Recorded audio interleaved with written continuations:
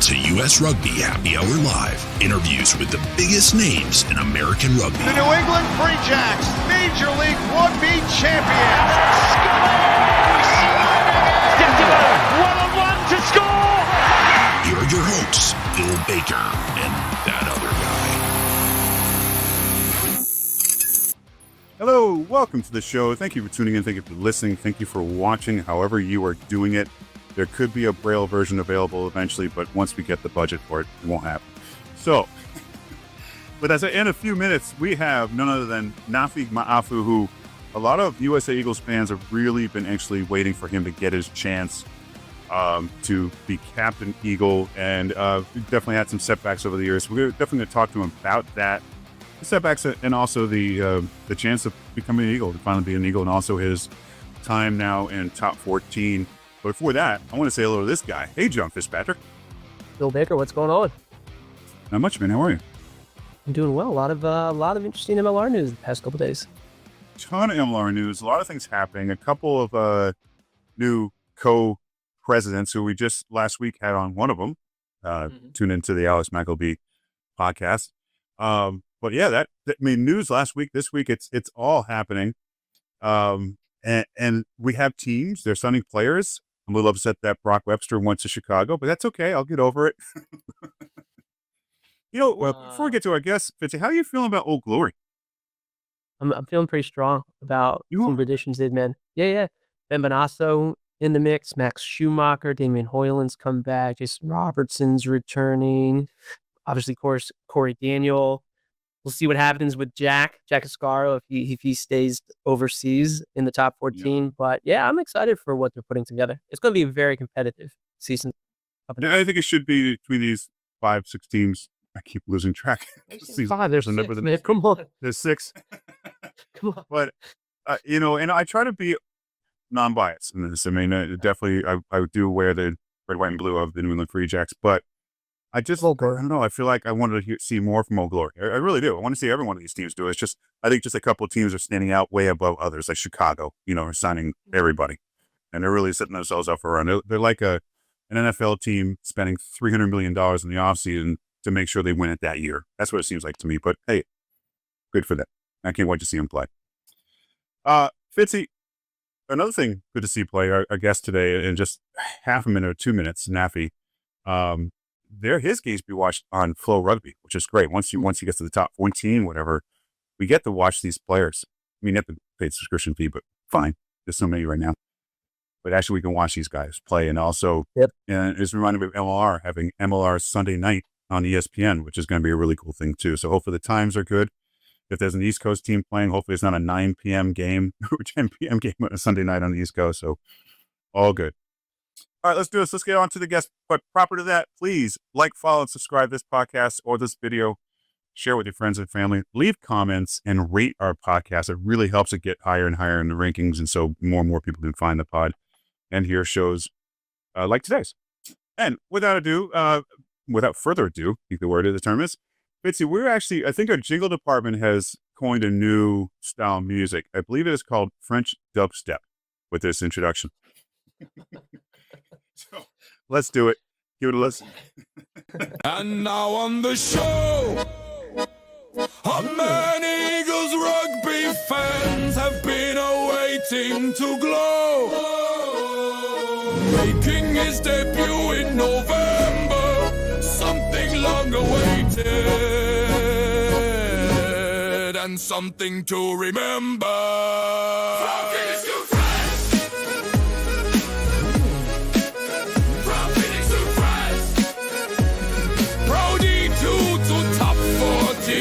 Let's welcome to the show newly capped USA Eagle number 597, Nafi Ma'afu.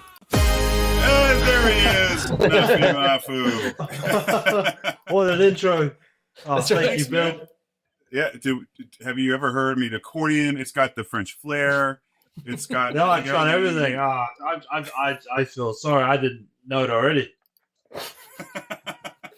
Well, Nafi, now you have to play it in the locker room tomorrow. You passed me the title, eh? You passed me the title, and I'll put it on the speaker. Yeah. You can see him before the next match doing this inside the headphones on. You know he's not listening to somebody. Oh, he's listening to that. No, the beats got me there. Yeah. No, that was nice. Well, Nafi, welcome back. It's technically a new podcast, but 4.5 years ago, you appeared on Eagle Rugby podcast with me, and I believe you were with Pepiano at the time. A long time has gone. At 4.5 years, a long time. How are you? Oh man, it's 4.5 years. A lot's happened. A lot of growing. I experienced a lot of ups, a lot of downs, and that's all part of life. Eh? It is, and also part of life. Part of Fitzy's and mine life was, and I want to get into USA Rugby stuff here in a second. But now that you're a capped Eagle, did you pay attention at all to the Rugby World Cup 27 pool draws? Yes, I did. So I'm very excited for that. We're in the pool with France, and then also with Japan and Samoa. So honestly, that's insane. I don't know off the top of my head what was the last game we played against USA played against France, but man, I am stoked for that. Yeah. I believe that was might have been the 2019 Rugby World Cup. There was a pool match that was competitive, but anyway, it's going to be exciting. It's going to be exciting. 2027. Nafi, of course, congrats on making your long-awaited debut for the men's Eagles this November. Thank you. How did it feel, very much. coming on late against Georgia? What was that moment when you stepped on the field for the Eagles down there? No, honestly, I was just taking it all in. I was honestly, what hit me was walking out of the smoke and then lining up with the players and they played the national anthem, which I haven't heard in ages. And I could just feel, I was just looking up into the sky because I could feel my eyes getting all teary. So I was just trying to let it dry off a bit. But no, it was just an immense honor being with the boys and being able to be part of this group and represent our country. I don't know, honestly. And then, coming off the bench and playing against Georgia, I know a couple of Georgians because they play in France, and they're just some big boys. I was just happy I could come on. I was obviously very nervous as it's the first cap and it's this a huge deal and this is top level rugby, and so I was really nervous. But as soon as I got into the game, first hit, and I was just immediately locked in, and so just trying to make an impact and trying to do my job really. So you're officially Eagle 597. So next time you play the lottery, you're gonna have to play the numbers 597 because that'll be good luck for you. Hold on, Fitzy. Nafi, when you said nerves, are you talking clearing the stomach and the toilet nerves, or just like it's okay, I need that first hit kind of thing? Because when I played, it was that first hit that was good. Yeah, that's it. It's just, I need that, either whether it's having the ball, getting that first run, or whether it's making that first tackle or hitting the rucks. I just needed something to just help just calm my nerves, really, because just having a lot going on through my mind and just overthinking a bit and just trying to just helps me calm down and just bring myself down to earth and just remember, you're just human. You're not going to be everywhere, so just try to focus one thing at a time. And hope that for the best, that the training's paid off and making less mistakes than the opponents. Now, Nafi, when you step on the field there, knowing that it was like your first cap, and maybe your other teammates, maybe have the presence of mind, saying, "Hey, this is Nafi's first cap for the Eagles." Did they say anything different to you or anything special, like when you came on the field, or is everyone just so focused on the match that all of that stuff then happens afterwards, the recognition of the moment? No. Obviously, so obviously the coaches came up to me and talked to me. They're like, "Hey, we know what you're capable of. We've been watching you for years now. So carry hard, do what you do best. Bring those hard yards for us. Those dominant tackles." And then obviously as players, we shake hands after warm-ups and wishing each other the best. And some of the guys that I've played with, were letting me know, hey, really happy you're here. bring on the energy when you come off the bench. And that's it. Just we're always just uplifting one another. Trying to keep the energies high. Nice. Go ahead, Bill. No, I was just going to say, just going back a second. I know you shared the emotions and stuff again of taking the pitch for USA for the first time, even the second time against Romania. What's that feeling of just, okay, you're representing your country, right? And let's just talk more about that. Like, is that a weight on your shoulders? Like, okay, come on, this is more than just a club match. And no offense to Montalban and others, but there's more to it, no, there's more to it. Because without USA, I wouldn't be where I am today. I wouldn't be in France. Honestly, I don't even. I talked to some friends about it, and I never would have imagined myself playing rugby, especially overseas, getting to represent my country. I remember I was in high school just thinking, playing rugby was just a sports, just to pass the time and get out of the house during the wintertime. Meanwhile, American football and basketball was on pause. So really, it's just I was looking back and just giving gratitude because just life works in mysterious ways.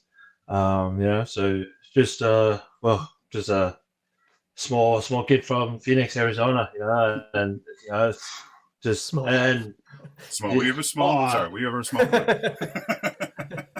Oh no! I mean, I reckon I'm average height. Is it? Because there's a lot of big athletes over here in Europe. Oh my gosh, making me feel small. So Nafi, real quick, we got to get this out of the way. So you came on a little bit earlier against Portugal, and then you got your very first test yellow. So you got the yellow card out of the way. What happened there? What happened on that one? Okay, so first of all, it was against Romania, not Portugal. Sorry, Romania. I got it. But no. I think I came on at that game where we were already not disciplined. There was already 2 yellow cards before I came on, and I think as soon as I came on, we continued to give penalties. We weren't disciplined, and I was looking back at the video because I reckon I wasn't offside, but I mean, if the ref says I was, then I'll take it. I mean, I already got the yellow card, but I believe it's due to not being disciplined and from USA giving away too many penalties. And unfortunately, I took the yellow card. So yeah, it is what it is. Nafi, as amazing where you are right now with your professional rugby, international rugby, whatever else, you've obviously had a tough number of years now. Hit with bad luck, injuries, etc. I mentioned earlier, USA Rugby fans have been keeping an eye on you for a while. Tier 2 rugby media has been keeping an eye on you as well. So let's talk about those moments for you. What was some of the worst as far as the injury stuff go? And then also, how'd you push through? I mean, what was your motivation to keep going? That's a great question. Honestly, it's not easy. Looking back at it, I really do have to thank just my friends, having a good group outside of rugby, because it's not easy when you're I'm very grateful to do what I do for a living.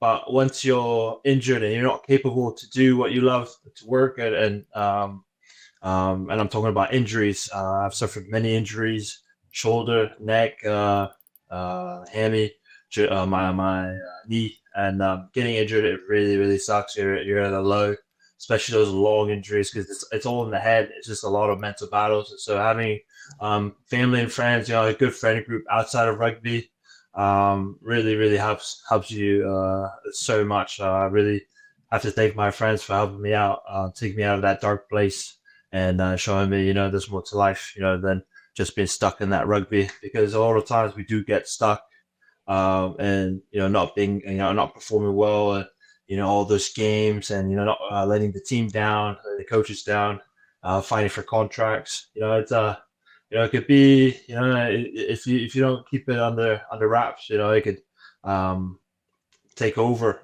some days. So just want to thank my friends just for helping me out, and I was just also thinking about my family. Because unfortunately I spend the majority of my time out here in France, and so I miss a lot of things, a lot of events with my family, and so I try to make the best out of the time that I have here, just making my family proud, friends proud, the people that have helped me to get to where I am now, just not let them down. And I'm always imagining that, they can see what I'm doing right now, and so it always motivates me, it pushes me to, like, nope, can't slack. I got my coaches, got my dad, just breathe down my neck, But it's just like, just imagining things like this, just helps to push me go a bit harder. Once, when I think I'm tired, when I think I'm dead, I got nothing else in the tank, I got one more. I got two more in me, So it really helps push me.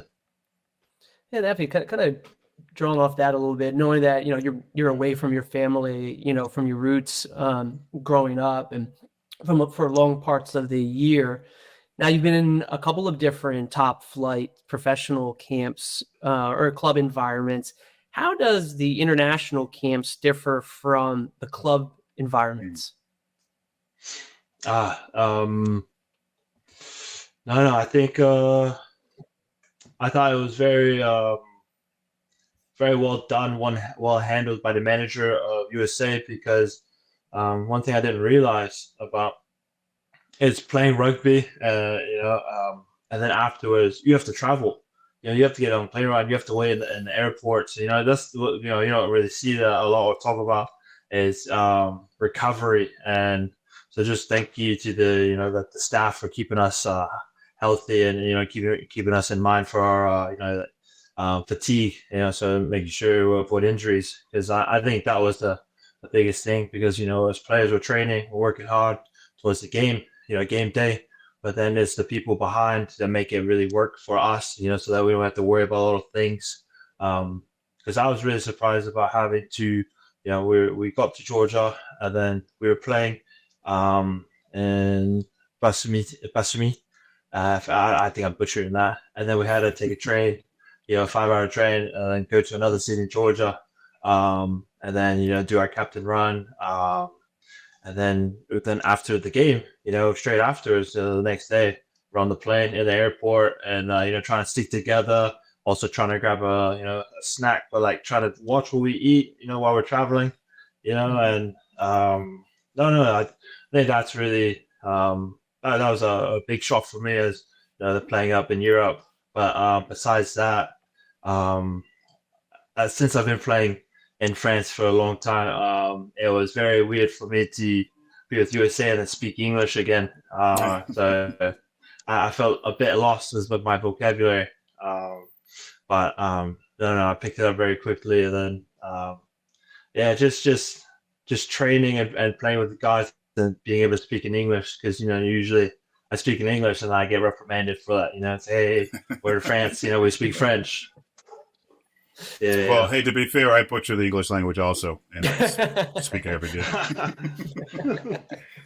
Nafi, Fitzy was mentioning about the flights through French rugby. Now you're at the elite level of French club rugby, with Montauban, obviously.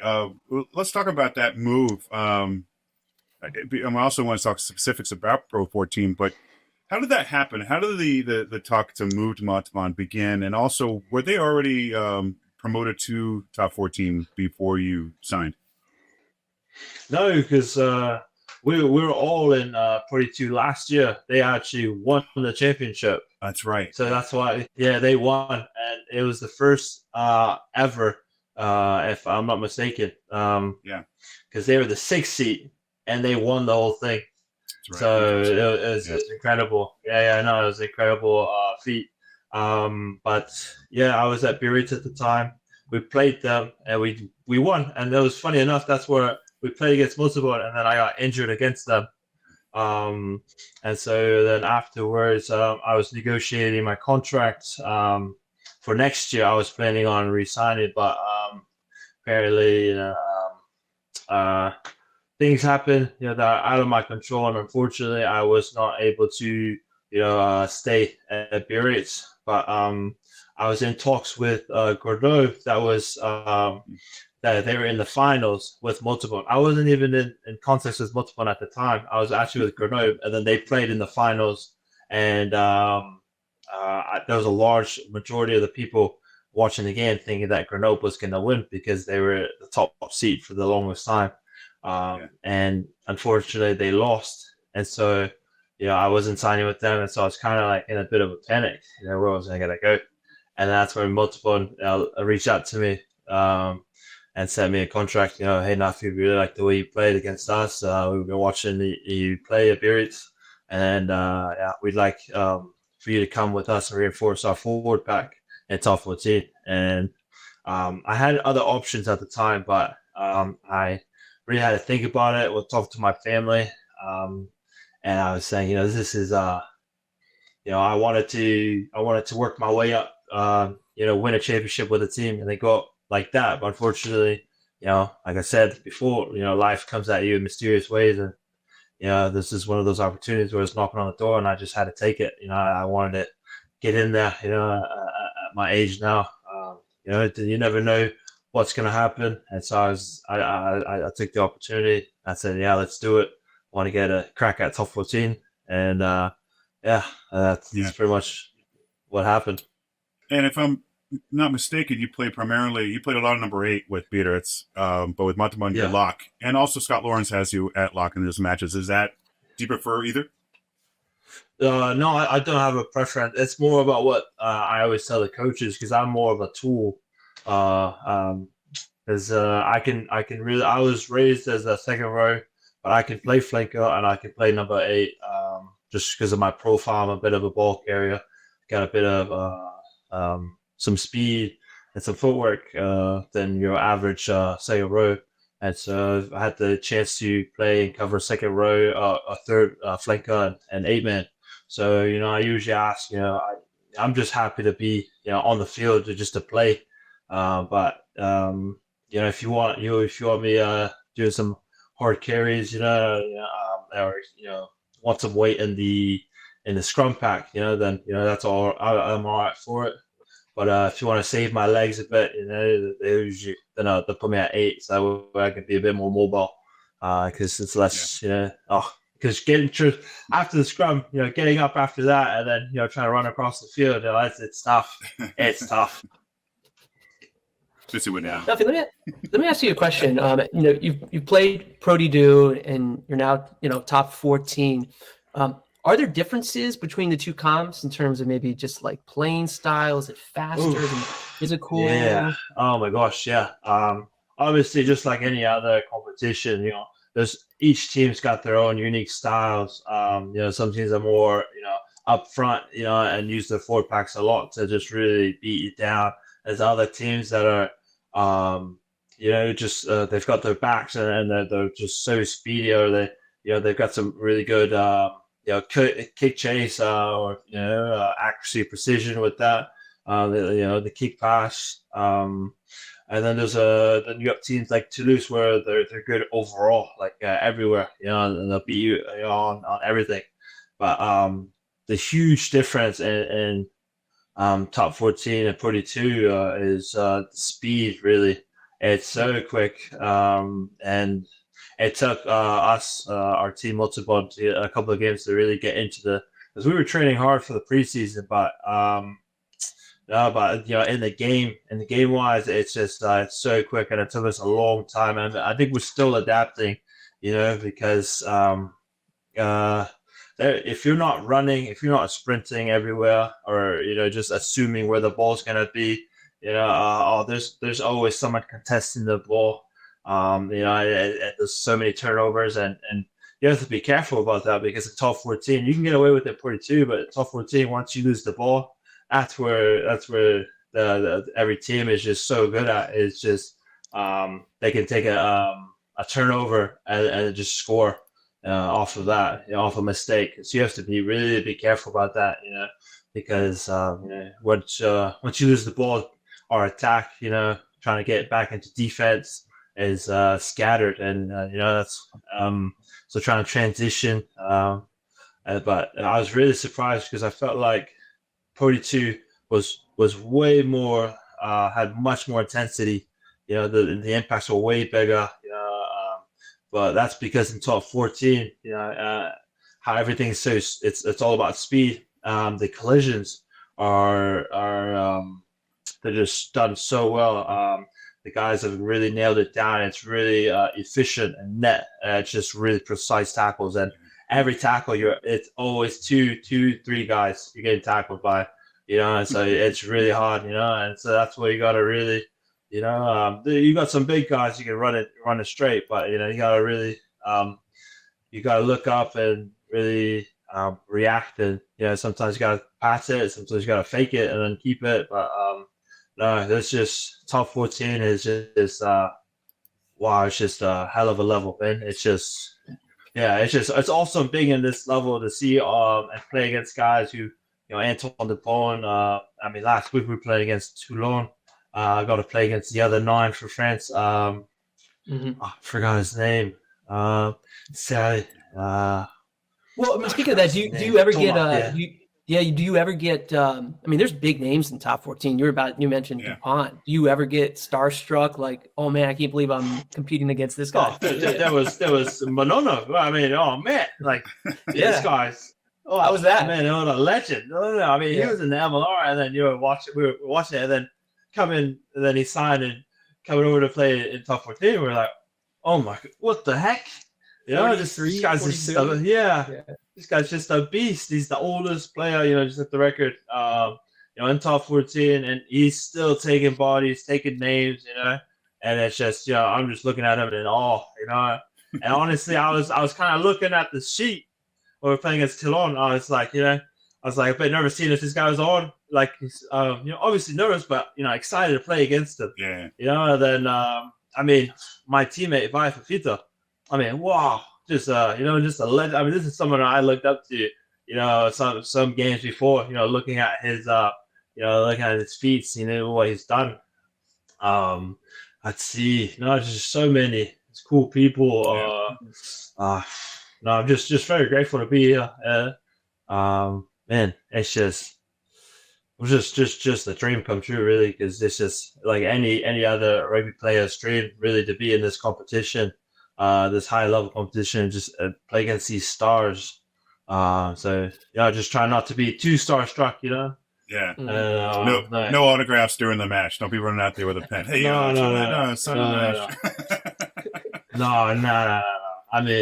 If I'm gonna ask for a signature or photo, I got to work for it. I'm gonna hit him first. Yeah, there you go. Remember, so he knows who you are. Yeah. Yeah.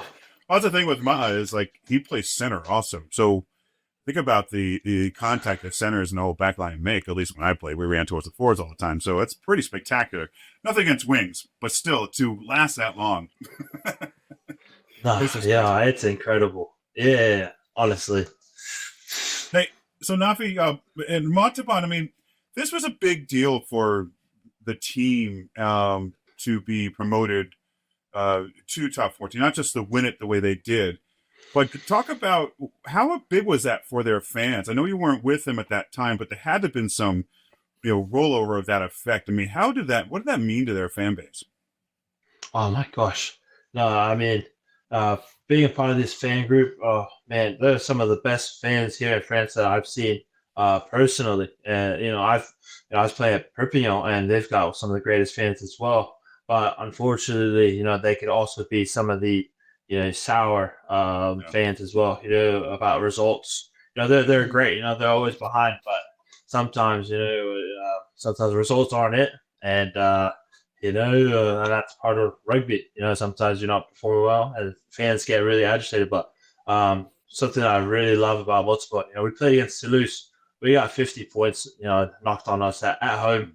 And, usually sometimes you'll see it at games, teams, fans moaning, groaning. They'll even leave the stands. But these guys stood here to the very end. We scored a try at the 75th minute of the game. And, the fans just erupted against Toulouse. It was just amazing to see. It was a beauty, really. And so I actually watched the video back again of multiple, the resume, the highlights of the final, and man, just seeing the fans, seeing them how passionate they are, just pack the stadium and just cheering for their team. Honestly, I'm very grateful to be a part of this team now. They've got such loyal fans, and they're just so passionate, and then they're very respectful as well. And how are they with you off the field? I mean, can you cross the street without being mobbed by hundreds of fans? No. I mean, they'll be no. It's not like that at all. I mean, I go out, just like to the store, grocery store, shopping, like any other person, and I think maybe it's only happened like maybe a handful of times, really. It's nothing like that. I haven't really personally, witnessed, getting mocked by 100 people, signatures. But it's more about it's more the kids. It's the kids really. They spot me, and then they're like, "Oh yeah, can I have an autograph, a photo?" And I always take the time after a game to go around and if I see a little kid, give them a little signature, photos, because that's the next generation of rugby. I want to inspire them, keep it going. When the kids come up to you to talk to you, I'm gonna assume they speak to you in French. Yeah. How's your French? Is it conversational? Can you get through conversations at this point? Yeah. No, my French is I'm pretty confident in it. I can hold a conversation with guys that I've been here for a long time, so my French is good, but it's not perfect. I'm still working on it, still improving. I've got I speak really good, but sometimes I've got problems trying to make it more efficient, because sometimes I can make some beginner errors, but it is what it is. Gotcha. Let's back on track. Top 14. You're about a third of the way, I guess, through the season right now. Montalban sitting kind of near the bottom of the table. What is the goal now for the team? I'm assuming maybe the goal for the rest of the season may have changed a bit since the season has kicked off. What do you think? Yeah. So we were planning to try and win all our home games. But obviously, things don't go as planned. This is the best league, and so right now we're just very grateful. We're not dead last. And so we're just trying to create we're just trying to create some space between us and Perpignan, so that we can get a bit more of a safety net. We can take a bigger deep breath. Also, just trying to get points everywhere we can. Really, I think we had a really nice game against Toulon. It was a game, it was an away game, and for the moment, our away games I've been struggling. We get maybe 60 points dropped on us, 60 to 20 or 60 to 10, really. And so we're just trying to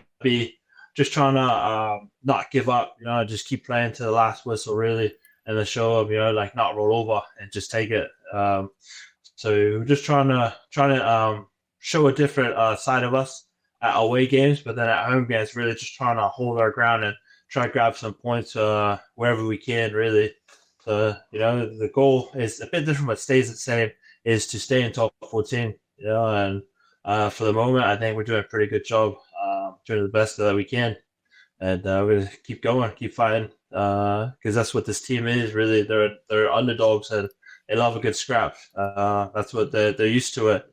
But yeah, we're just gonna keep working hard. Yeah, and speaking of working hard, we're in the Challenge Cup window, or weeks. Yeah. Any different approach from the team for these matches? Yeah, it's just so that's the thing, that because the Challenge Cup is a good experience for the team, for everyone, especially I think the young boys, because we're going to be circling, trying to be save some of our boys, because I think that's the worst thing we want, is some players getting injured while we're trying to stay alive in the top 14. So I think this is a really good opportunity for the young boys to get more game time, and for some guys who haven't been getting game time, to really show the coaches and everyone, and that they're here for a reason and to get more game time. And I think this will really motivate everyone to be more competitive. So I think this is it's a good little pause, but also a refresher for us, because the boys will be traveling to Italy, and then we've got the Scarlets after, so that'll be really, really good. Earlier you mentioned family, how important they were, especially during your recovery. Also, I love culture. Your cultural background. What impact did that have on your success and recovery? And also, Nafi, is a whole different spot here. So that culture there, but then family as well. Like, is your brother still in MLR? And I apologize for not paying attention this past year. Yeah, no. It's a bit of a struggle, really, because he's been going through a lot of injuries as well, and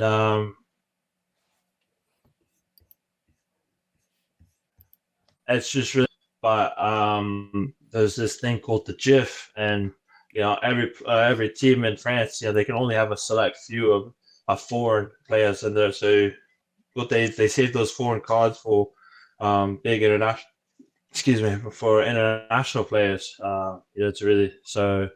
Michael, I believe he's at the end of his contract with Anthem, and I think he's still looking. That's the problem, though. It's 4 or 5 teams that just came down, so there's a lot of players looking for clubs. So it's a really big competition at the moment, and so there's a lot of players with no clubs.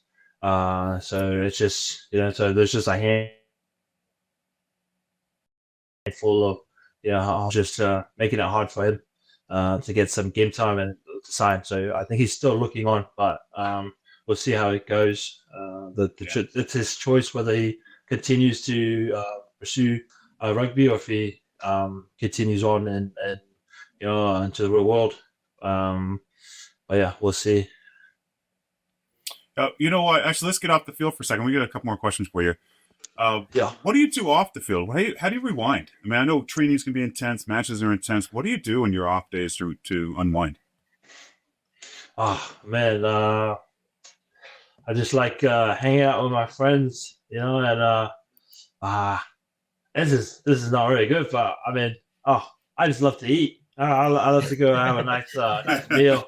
Yeah, go talk with the boys over, while we're having a great meal, or a coffee, a little snack. Because France, you've got so many pastries, a lot of coffee spots, and they're very famous for the pastries. So, just really, it's not good, for me. But gotta watch my weight when I'm off season. Yeah. But I definitely like to go just have a great meal with some friends and just enjoy it. And then also like to go travel and go try and I'm not talking about outside of Europe. I'm just talking about France. I like to go and travel and see different cities and meet up with some of my friends who got David in Toulouse, Yep. I have some friends in Bordeaux, so I like to go to different cities and explore, and like to go to museums. Then most of the time it's just relax and just hang out at the house, watch a movie or go to a bowling alley. I'm not very good, but I like to go to a bowling alley and do a little competition with some friends so you can get the highest. Yeah. But I just I'm just really just kind of a chill guy. I just like to hang out with friends, just create some memories, eat some good food, and just watch some good movies or read some good books.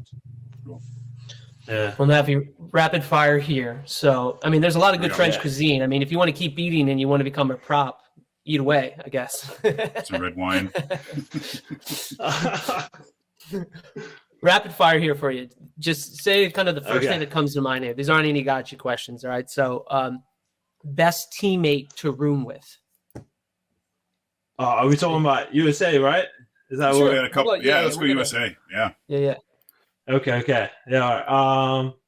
best roommate to roommate. Okay, so this is me personally, but I was already roommates with Mikey Soseo. Am I pronouncing his last name? Yeah, Mikey. We were already roommates. I was roommates with Corey Daniels and Mikey, and oh man, just he's just so funny. He's just a good guy. He's just a ball of energy, really. Because he likes everything I like doing. Having coffees, and a time off. Going out to explore. Just have a walk while we're out in Romania. Let's see. I'd say, and then another guy. I'd say Easy, and then Luke Carty. I think those three guys. Yeah. So those guys are like. They'll bring. If you're shy, I don't think you'll want to be roommates with these guys, because these guys just love talking. And they're all over the place. So I think those guys are. And PK, I don't think you understand. PK as well. I don't think you understand the rules of this game, Nafi. It's rapid fire. It's quick. Rapid fire, man. Just kidding. By the way, Shiloh, I believe if he's playing this weekend, are they playing what tomorrow, aren't they? Zebra? I can't say the name of the team. Isn't that who you guys are playing this Saturday? Let's see. We're playing in Italy. I forgot their name. Yeah, I think that's. Let's see. Okay. The Espresso, is it? Is that what it is? Yes. Yeah. Okay, Yeah, sorry. yeah. Go on. Okay. All right. Stay men's Eagles. Worst teammate to tackle. Worst teammate to tackle? Yeah. Tonga, for sure. Yeah. They do. Yeah. The prop. Yeah, big boy. Yeah. Can't get your arms around him. I get it. Favorite post-match meal? Oh, favorite post-match meal? Yeah. Besides the beer. No, I'd say, oh man, pizza and chicken wings. Ooh. Yeah. Wow. Yeah. You mentioned travel earlier, but give me your dream travel destination, somewhere you haven't been yet that you definitely want to go to at some point. Bucket list. Japan. What? Yeah, and it's on my list. It's on my list to go visit there. No. All right. Japan. Besides the intro song that you just heard a few moments ago, what's on your playlist before a match? Oh my gosh, this is a great question. I'm gonna say recently really like Kanye West. Yeah. Some of his older music. I'm Kanye West. All right. Last question for you here on this rapid fire. If you weren't playing rugby, what do you think you'd be doing? Good question. I'd be in the military for sure. I was actually before. Yeah, I'd be in the military. I was right after high school. I was enlisting to go into the military, and then I got recruited to go to New Zealand to do a rugby camp, and so that's how my rugby journey started. So I'd say for sure, definitely the military. So you went from possibly seeing the world through the military to seeing the world through rugby. Yeah. I mean, it kind of, I met some players who served a time in the military, and they played rugby as well, because the military, they promote that, if you're a good athlete, and so there were some players who were playing professionally while also serving in the military. There's one of my teammates at Montreal right now. He was in England. He was telling me about it. I thought that was really interesting. I know a couple of guys playing rugby in the Army and Navy. So, I mean, who knows, hey? Yes. Well, Nafi, man, this has been a blast to catch up. It's been a number of years. We've been watching, keeping tabs on you. Congrats again for getting your caps. And good luck the rest of the season with Montauban and these upcoming weeks in Challenge Cup. Oh, thank you very much. Oh, thank you so much. Really appreciate it, guys. It's good to catch up. Yeah, right, have a good one. Some pizza and wings. Go on now. No. I gotta make food. No, you're gonna get me in trouble. All right, guys. All right, cheers, Nafi. Take it easy. We'll see you later. Thanks, Nafi. See you. Thank you. All right, I didn't kick him off early. I haven't done that in a while. Yeah, I've been good with that. Although he's like, wait, I wanted to say more. Good. I like it. When I talked to him last time, he was, new to it, new to kind of talking about the game and stuff like that. And now he's so much looser and free. He's having a good time. You can tell he's riding a high right now with the team he's playing, top 14, playing against Ma'anono, whoever else. It's pretty good. Good for him, man. It's good interview. Yeah, he seems very comfortable, right? Like secure in his abilities, secure in his way of life now in France, having been there for a number of years, right? Not feeling timid, so that you can go out there and not worry about off the field stuff and go out there and just knock the guy over in front of you. Yeah, exactly.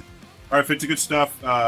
Listeners, please tune into other podcasts we've done recently, or not recently, 2 years ago, whatever. Check them out. A lot of fun. Fitzy and I have a good time doing this. At least I do. He hasn't said he's having a good time yet, so it doesn't. He may hate this, but Fitzy keeps coming back every I'm week. the other guy. But- I'm still the other guy. All right, everybody. Thanks so much for tuning in. Cheers.